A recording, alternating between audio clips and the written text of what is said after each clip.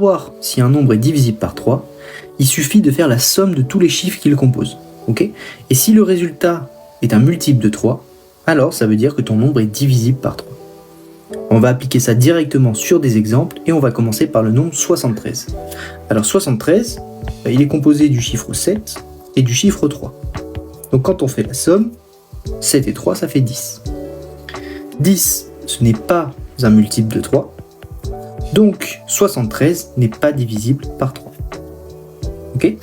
Passons au nombre 849. Alors 849, plus on fait la somme de tous les chiffres, on va obtenir 21, et 21, c'est un nombre qui est dans la table de 3, okay, donc c'est 7 fois 3, donc 21 est divisible par 3, et donc 849 est aussi divisible par 3.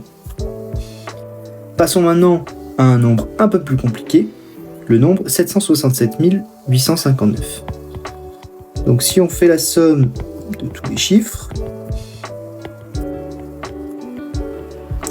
ici effectivement on va tomber sur une somme qui va être forcément un peu plus compliquée. Dans ce cas-là, on va utiliser ce qui est écrit dans la parenthèse juste au-dessus.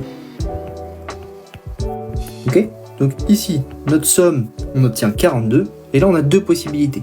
Soit on sait que 42 est divisible par 3, et dans ce cas-là, on conclut. Soit on ne sait pas, et donc on va utiliser cette petite parenthèse qui nous dit qu'on peut réitérer le processus si notre résultat est encore trop compliqué.